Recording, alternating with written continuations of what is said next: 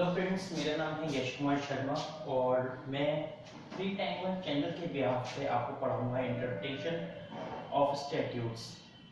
Friends, before starting the topic interpretation of statute, let me first introduce with the topic interpretation.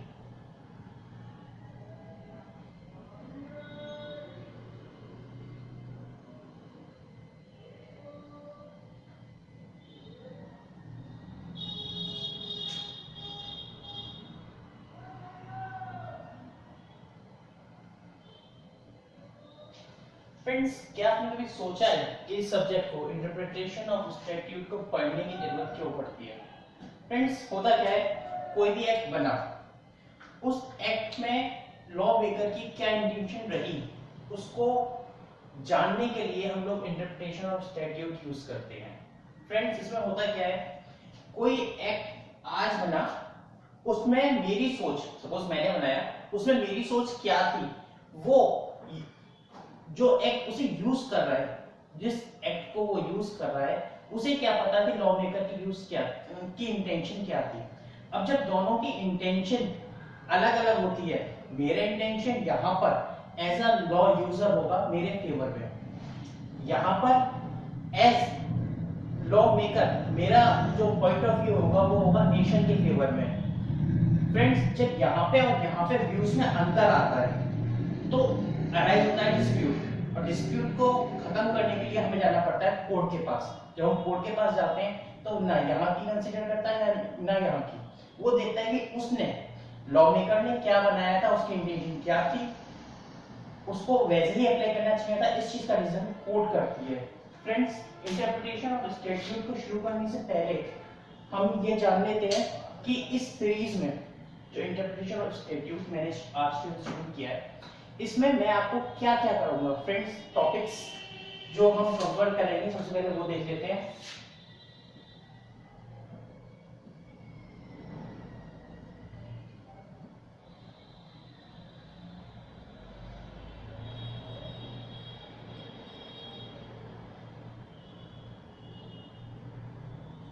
Friends, पहला topic होगा introduction का, जो कि आज के टॉपिक का थीम है। इसी लेक्चर में थोड़ा सा आगे मैं आपको इंट्रोड्यूस करूंगा इस टॉपिक से, क्या होता है, कैसे होता है, नीड क्यों होती है, स्कोप कहाँ होता है, कैसे क्या होता है, हम पूरा डिटेल में आराम से पढ़ेंगे इसे। तो पहला टॉपिक रहेगा हमारा इंट्रोडक्शन का।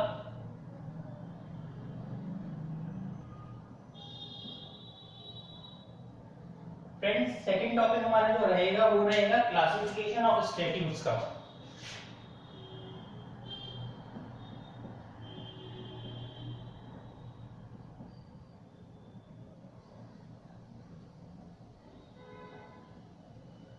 इसमें हम देखेंगे कि स्टैट्यूट्स कितनी तरीके के होते हैं, कैसे कैसे स्टैट्यूट्स होते हैं, उन सबको कैसे कैसे हमें इंटरप्रेट करना है, वो हम सेकंड टॉपिक में सीखेंगे।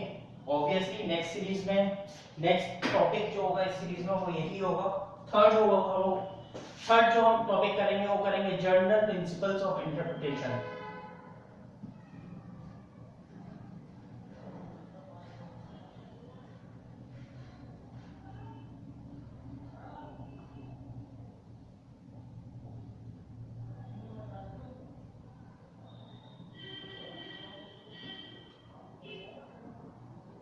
फ्रेंड्स, अब इंटरप्रिटेशन करने के लिए कुछ जनरल प्रिंसिपल्स सेटअप किए गए हैं, उन प्रिंसिपल्स को हम एक एक करके पढ़ेंगे। पहला जिसमें हम देखेंगे लिटरल रूल क्या होता है, सेकंड हम देखेंगे मिसचीफ रूल क्या होता है,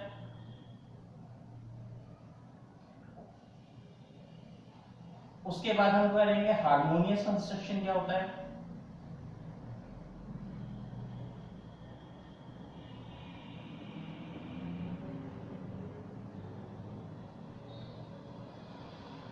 और भी बहुत सारे प्रिंसिपल्स होते हैं जो मैं अभी यहाँ पे देख नहीं रहा हूँ, बट हम एक एक करके सारे कवर अप करेंगे। फ्रेंड्स, इस सब को करने के बाद हम आएंगे अपने नेक्स्ट टॉपिक पे जो होगा हमारा internal aids of interpretation.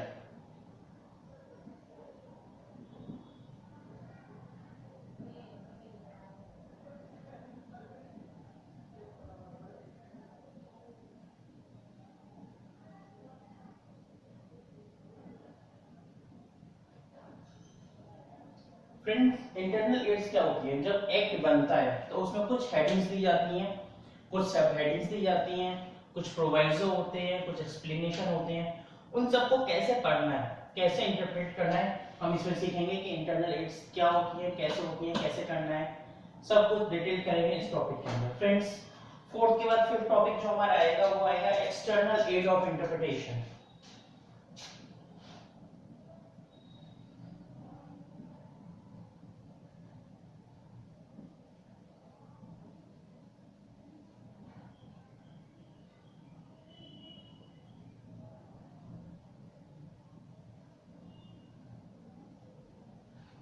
Friends पांचवा टॉपिक हमने कर लिया एक्सटर्नल एड ऑफ इंटरप्रिटेशन। इसके बाद हम जो नेक्स्ट टॉपिक लेंगे वो लेंगे presumptions regarding jurisdiction.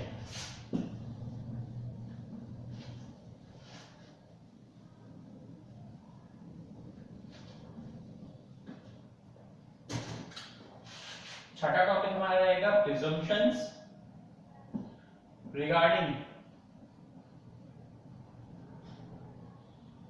Jurisdiction.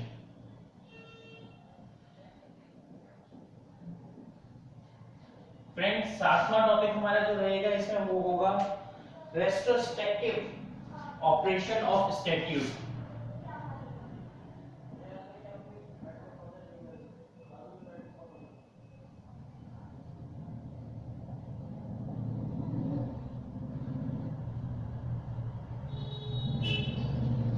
Friends सातवां करने के बाद नेक्स्ट ये टॉपिक हमारा रहेगा इंटरप्रिटेशन ऑफ कॉन्स्टिट्यूशन।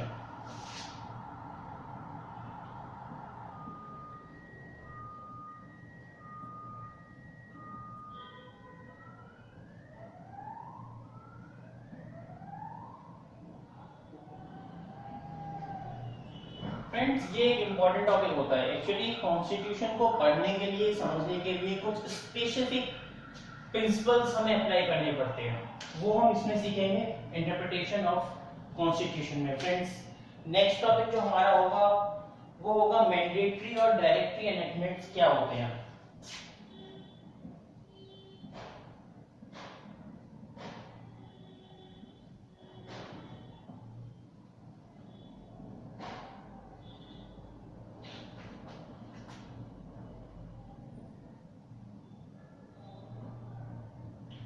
इसको करने के बाद नेक्स्ट 10th टॉपिक जो हमारा होगा वो होगा कंजक्टिव और डिसकंजक्टिव एनैक्टमेंट्स क्या होते हैं, वो हम समझेंगे, पढ़ेंगे।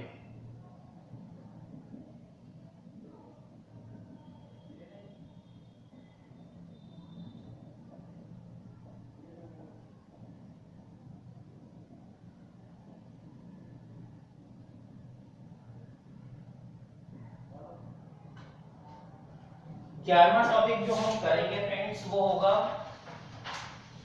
बेनिफिशियल कंस्ट्रक्शन क्या होता है।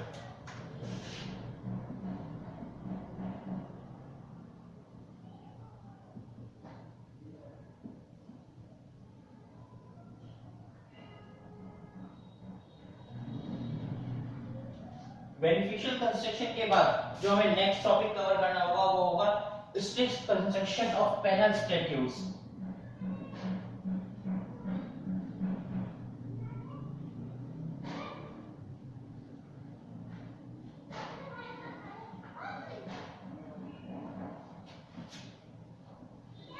फ्रेंड्स मुझे पता है मेरी राइटिंग कुछ अच्छी नहीं है, बट आई होप आप लोग इसे समझ पा रहे होंगे।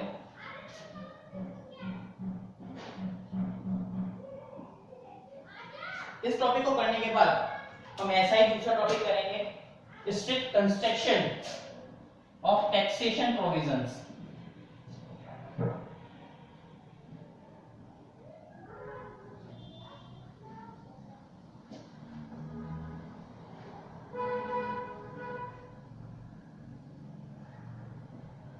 फ्रेंड्स ये होंगे हमारे 13 टॉपिक्स। 3 टॉपिक और हैं, let me rough first and then मैं आपको बताता हूं कि वो 3 टॉपिक और कौन से हैं। आई होप आप में से ज्यादातर लोगों ने गेस भी कर लिया होगा वो 3 टॉपिक कौन से रह गए। खैर मैं बता देता हूं फ्रेंड्स। जो नेक्स्ट टॉपिक है वो है हमारा interpretation of statute in pari materia.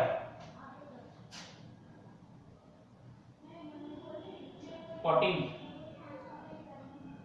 In pari materia क्या होता है, कैसे होता है, हम सब समझेंगे डिटेल्स में।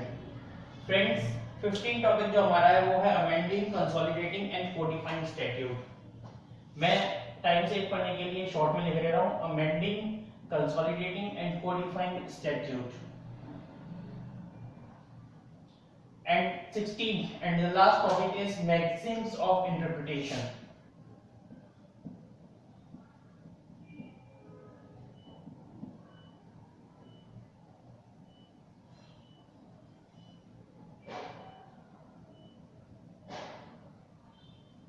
फ्रेंड्स मैक्सिम में बहुत बहुत सारी मैक्सिम्स हैं जो कि इंटरप्रिटेशन में यूज होती हैं, मगर हम यहाँ पर जो मेन मैक्सिम्स हैं वो लेके चलेंगे और कोशिश करेंगे कि सारी मैक्सिम्स ना करके जो मोस्ट इंपॉर्टेंट है एग्जाम्स के लिए हम वो आपको दे पाए, करा पाए। फ्रेंड्स ये था हम इस सीरीज में क्या क्या करेंगे वो सब की डिटेल्स। अब हम शुरू करते हैं आज का टॉपिक जो है introduction of interpretation of statute.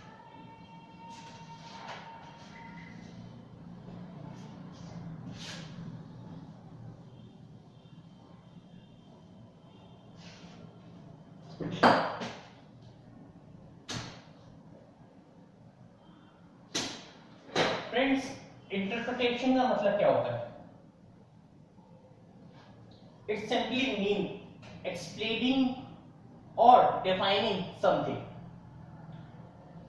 या फिर हम ये भी कह सकते हैं अंडरस्टैंडिंग और एक्सप्लेनिंग समथिंग। किसी चीज को समझना कैसे लिखा हुआ है वही इंटरप्रिटेशन का मीनिंग है। इसका मीनिंग है अंडरस्टैंडिंग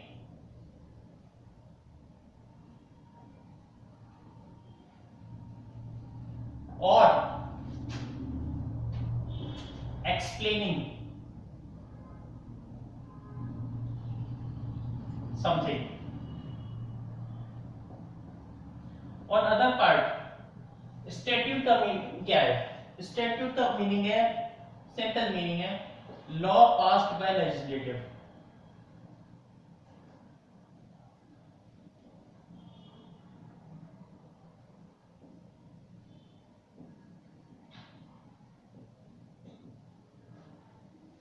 फ्रेंड्स इन दोनों को यदि हम मिला दें, इसको प्लस इसको, तो इंटरप्रिटेशन ऑफ स्टैट्यूट का असली मीनिंग निकल के आता है understanding the law. It simply mean law को समझने को ही इंटरप्रिटेशन ऑफ स्टैट्यूट कहते हैं।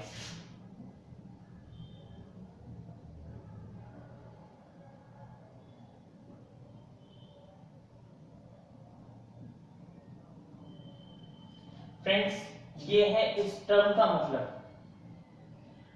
इसके बाद हम देखते हैं कि ये जो वर्ड यूज किया हमने लेजिस्लेशन, ये क्या होता है, कौन लॉ बनाता है, कौन उसे पास करता है, और इंडिया में किस तरीके से लॉ पास होता है और इम्प्लीमेंट होता है, वो हम इसके बाद देखते हैं।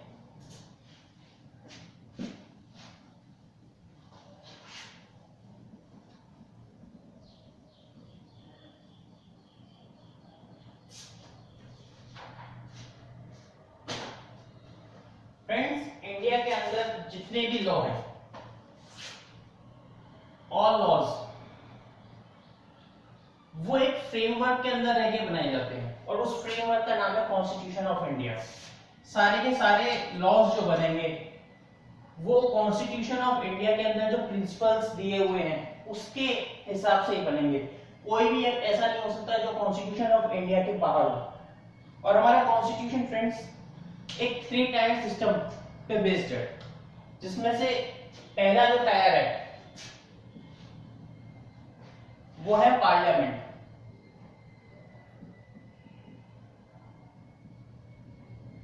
फ्रेंड्स सेकंड जो टायर है वो है गवर्नमेंट, और जो थर्ड है वो है कोर्ट। फ्रेंड्स पार्लियामेंट को हम लेजिस्लेटिव के नाम से भी जानते हैं।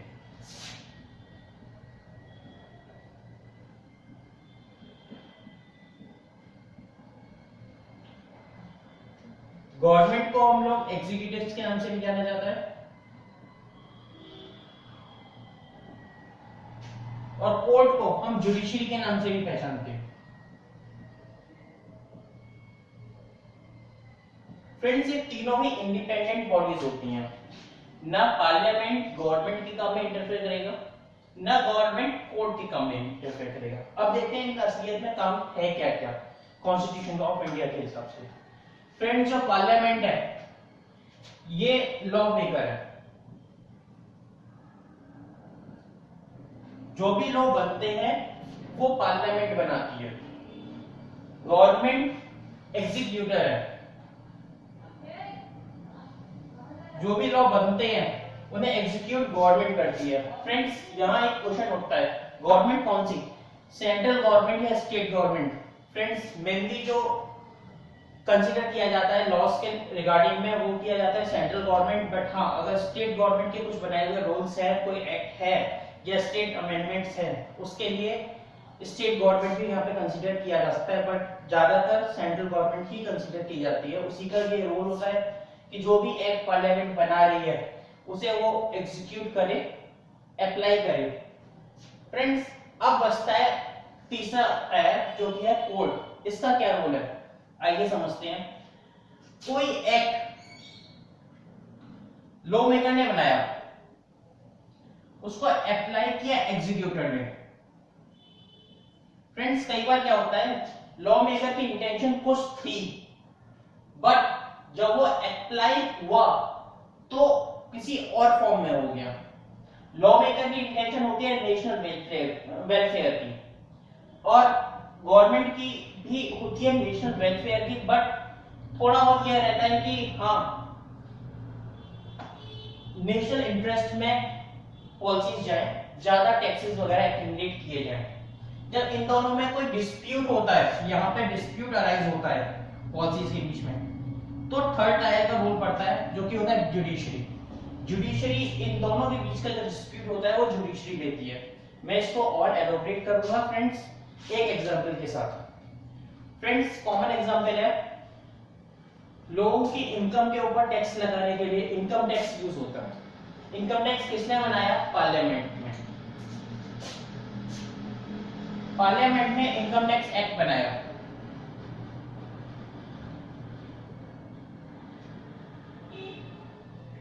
इनकम टैक्स एक्ट बन गया। इनकम टैक्स एक्ट बनने के बाद गवर्नमेंट के पास बहुत सारे काम होते हैं।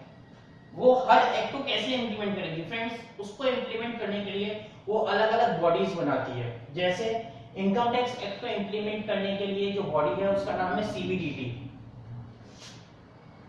CBDT stands for central board of direct taxes. ये अथॉरिटी है जो इनकम टैक्स एक्ट को on the behalf of government, जो पावर गवर्नमेंट ने डेलीगेट की हुई है सीबीडीटी को कि वो इनकम टैक्स एक्ट को एनफोर्स करे, अप्लाई करे, एग्जीक्यूट करे। फ्रेंड्स, अब इसमें होता क्या है, लाइव एग्जांपल देता हूं मैं आपको।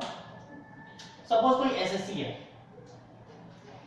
एक एसएससी ने इनकम टैक्स एक्ट पढ़ा और इनकम टैक्स एक्ट पढ़ के अपने फेवर में असेसमेंट कर लिया। उसे लगा कि मेरी इनकम इस तरीके से असेस होनी चाहिए और टैक्स इतना बनता है। अब सीबीडीटी बोली ना, ये टैक्स इतना नहीं, आपने कम किया है, बनता जा रहा है। फ्रेंड्स, अब यहाँ पे अराइज हो गया डिस्प्यूट। अब ये डिस्प्यूट कौन सेटल करेगा? फ्रेंड्स, डिस्प्यूट सेटल करेगा कोर्ट।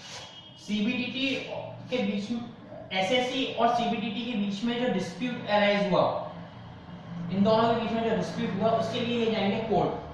कोर्ट डिसाइड करेगा कि लॉ मेकर की इंटेंशन क्या थी बनाते समय। उसके अकॉर्डिंगली असेसमेंट सीबीडीटी का सही है या एसएससी का सही है, जिसका भी सही होगा वो डिसीजन कोर्ट का होगा।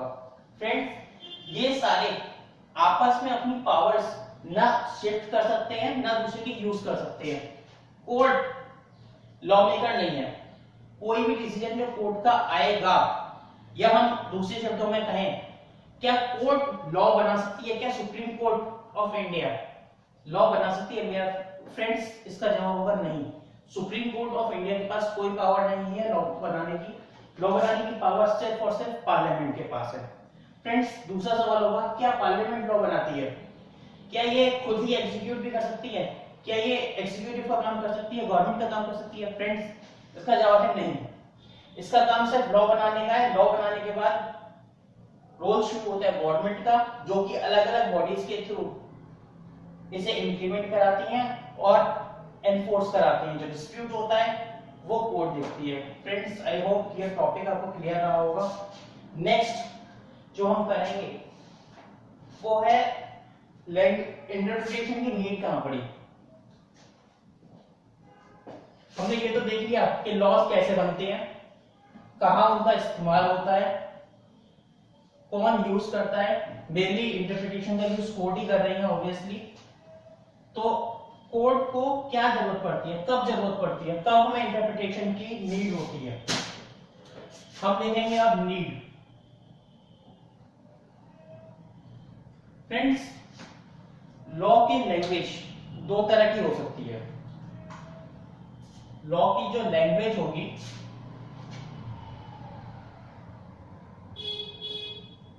फ्रेंड्स, क्या तो लॉ की लैंग्वेज एकदम सिंपल होगी और प्लेन होगी,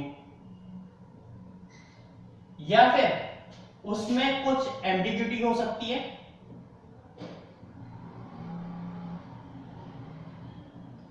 या वेगनेस हो सकती है। फ्रेंड्स जब लॉ की लैंग्वेज बिल्कुल सिंपल है तो इसका जो मीनिंग निकलता है वो सिंगल निकलता है।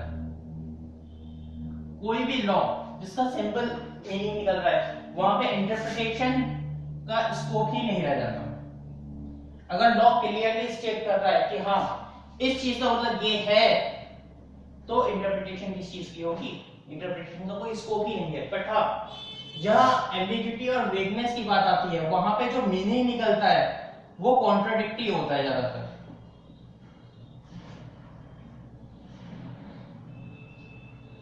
और जहां कॉन्ट्राडिक्टरी मीनिंग होगा वहां पर इंटरप्रिटेशन की जरूरत पड़ेगी। यहां पे हम इंटरप्रिटेशन करेंगे। फ्रेंड्स एक क्वेश्चन माइंड में आता है, क्या लॉ मेकर्स वेगनेस छोड़ सकते हैं?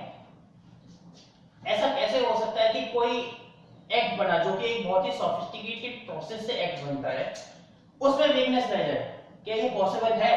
क्वेश्चन आपके दिमाग में उठ रहा होगा। मैं इसका जवाब दूंगा अभी कि वेगनेस क्यों आती है, वेगनेस कैसे आ जाती है किसी एक्ट में।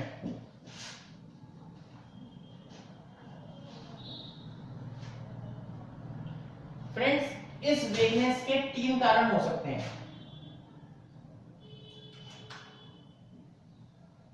इसके तीन कारण हो सकते हैं। पहला कारण जो वेगनेस का होता है फ्रेंड्स वो होता है change in language of a term with passage of time. Time के साथ साथ वर्ड का जो मीनिंग है वो चेंज हो गया।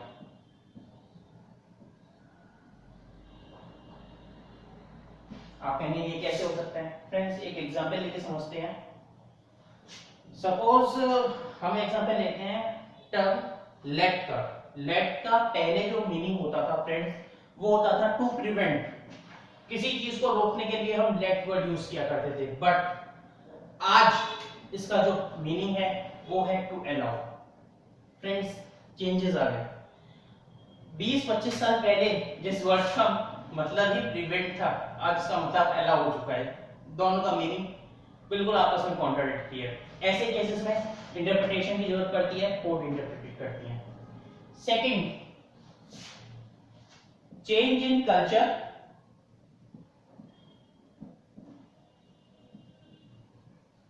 सिचुएशन और टेक्नोलॉजी।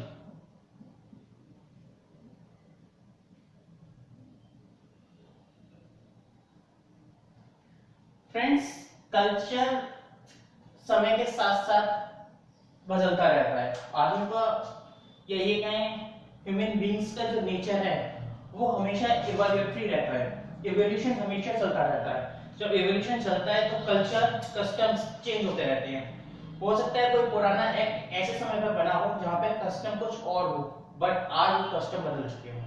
फ्रेंड्स ऐसे ही बात करेंगे टेक्नोलॉजी की। पहले जमाने में जो एक इंफॉर्मेशन को दूसरी जगह भेजने का जो मीडियम था वो था लेटर, मगर फ्रेंड्स अब उसे चेंज कर दिया है ईमेल में।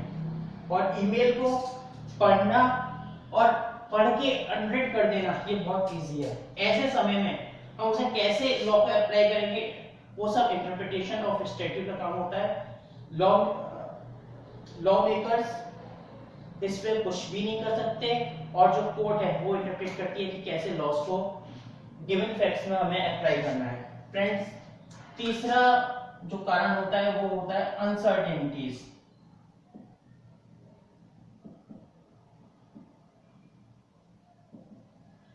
अकर ड्यूरिंग फॉर्मेशन ऑफ लॉ।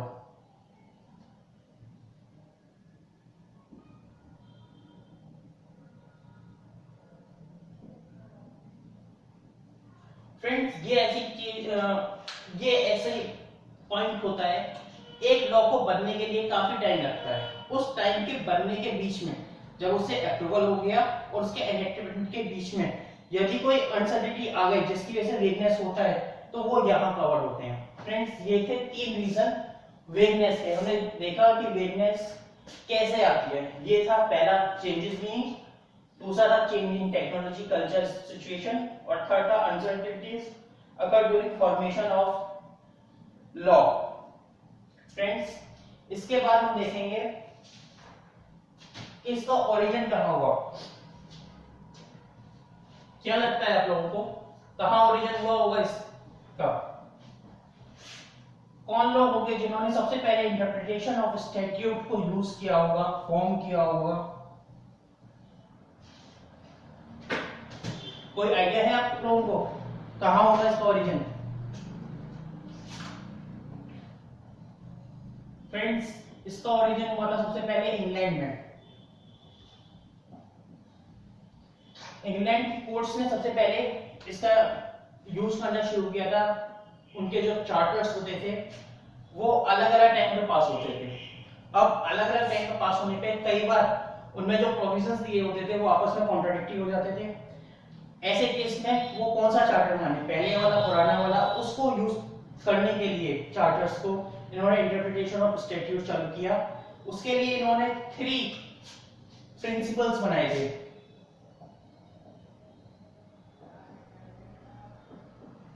जिसमें से पहला प्रिंसिपल था मिस्चीफ रूल।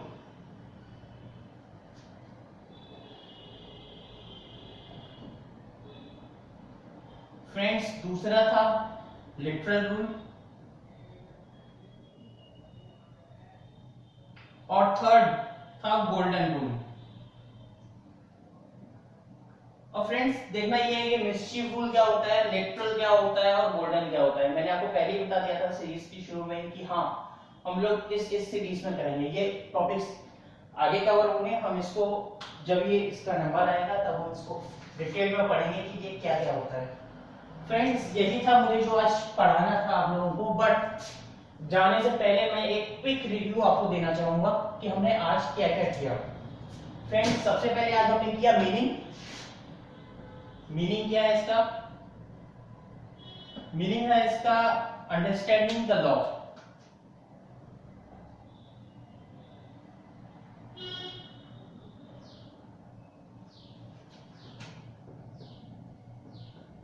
इसको करने के बाद फ्रेंड्स हमने देखा कि इसका पर्पस क्या था। फ्रेंड्स, इसका पर्पस था टू सेटल आउट डिस्प्यूट्स।